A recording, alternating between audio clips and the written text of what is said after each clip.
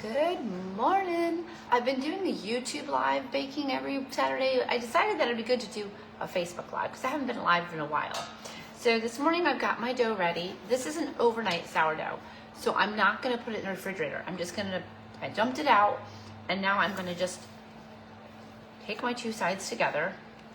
So there's a lot of different ways you can form your loaf. I like this way because it keeps all the bubbles and the fluff. And now you're just going to mash it together the other way. And then you're just going to seam up your sides. So just like that. And now we're going to fold it right into the pan. And I'm going to sprinkle it with a little bit of flour. And then I'm going to just let it rise. Come on in. Drew is smoking some meats. Let me show you. It's incredible. We've got 2 big pork butts and some beef. Because we bought a half a cow, then we had all this frozen in the freezer, and we had to move it out in order to make room for the cow. So we had to decided we were going to cook it off in the smoker today,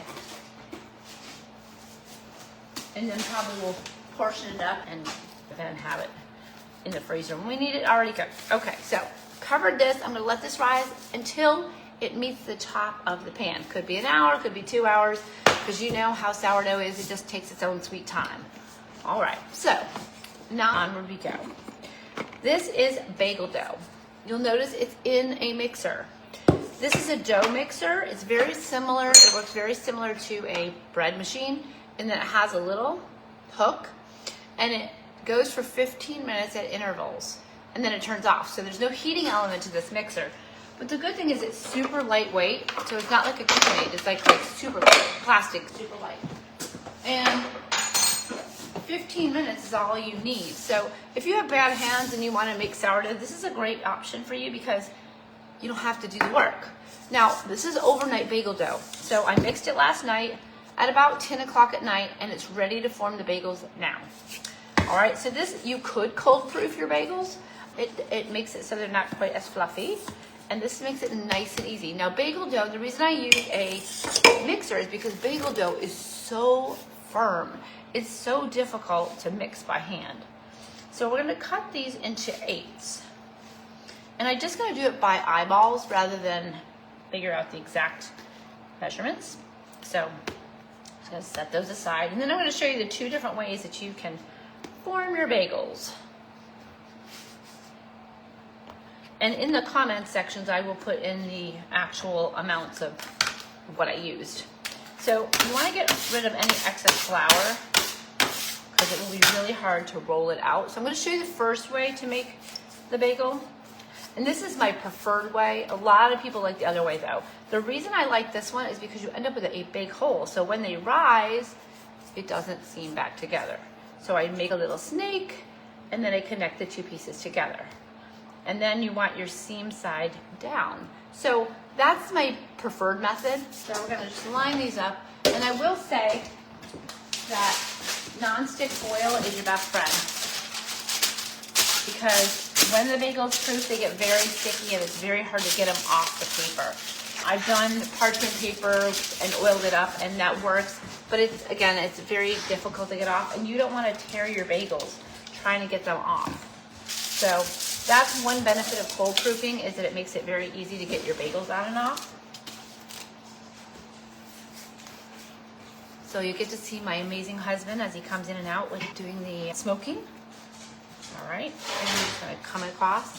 Now if you find some are much smaller than the others, then you can adjust it, just add a little more dough. All right, so we're gonna round this up. So let me show you the other method. You round it up so it makes a ball. Okay, so very similar to how you would make a roll. And once you have it round up, then you're gonna leave it sit there until it softens for a minute. And then we're gonna go back into it. So I'm gonna do the rest of these bagels like I showed you. Do your thing, Drew. You're all good. It's fine. Okay, and we're just gonna come in here and make these bagels. And I'm just gonna squish this one up a little bit because you don't want any thin parts. And you have a chance to adjust them once they rise, but it's better to do it before they rise. I'm just gonna go ahead and form up these bagels. And then you let them rise for an hour and they get nice and puffy. And At that point, you're going to boil them for about a minute in water with a teaspoon of honey. Or you can do baking soda. If you like it more pretzel-like tasting, you can add a little bit of baking soda to the water. That gives it a nice kind of outer finish and a little bit shinier. All right, so the last couple would do the other way. All right, so now I've got my bagels on my pan. Let me show you this way. You're gonna take your finger, you're gonna poke a hole in it, in the center. And then you're just gonna work your way around it. So I've got my thumb in the center, just gonna work your way around, opening up that hole. The thing I don't like though is it tears the dough a bit. So I prefer the other method, but you have to choose what you like. This makes a fatter bagel with a little less hole in the center. So, you know, choose what works for you. See how this is a little bit on the fatter side and this is a little bit, has more hole. So if you like it to be a little puffier, this is your way to go. If you like it to be a little more, have a little more hole in the center, then obviously do the other way. Now when they puff up, there's not a whole lot of difference once they've risen. So you can figure out which one you like best.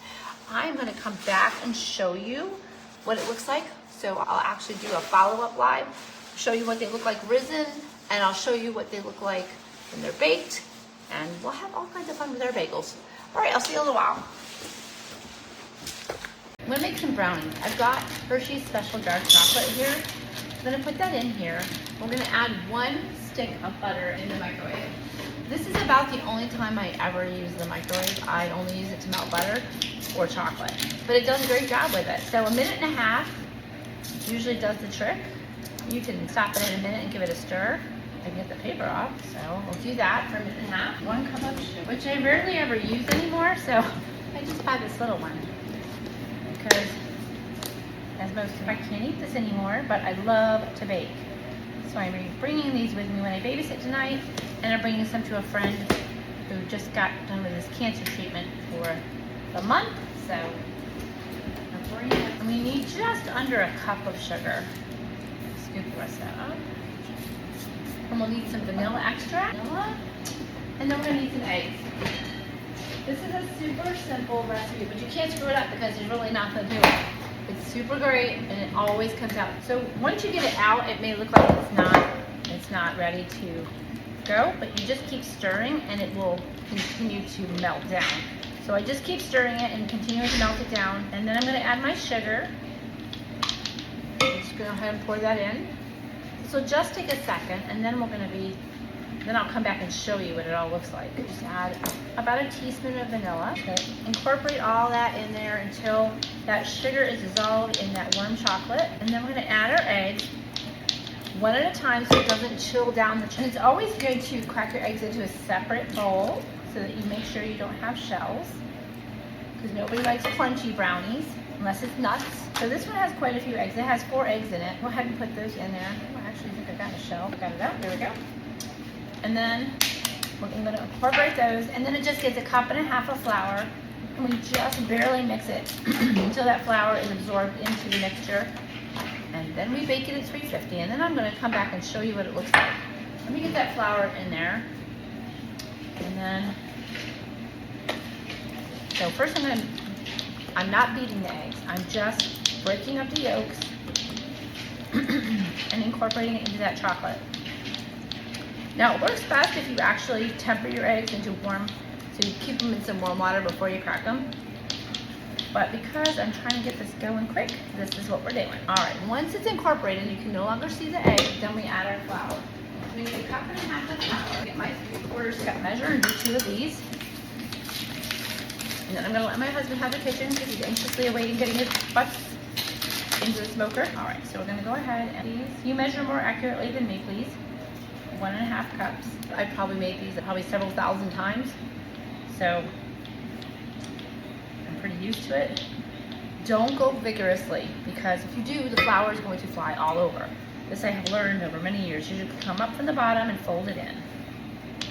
Once it's all folded in, then you can get moving on the stirring. This whole thing is almost done. You can see it's probably as quick as it is to make like a box mix. And then you can control what goes into it. Now at this point you could add nuts, you could add white chocolate chips, regular chocolate chips, whatever you like. I'm a big fan of plain, so So that's what we're making today. Plus, my grandson doesn't like anything extra.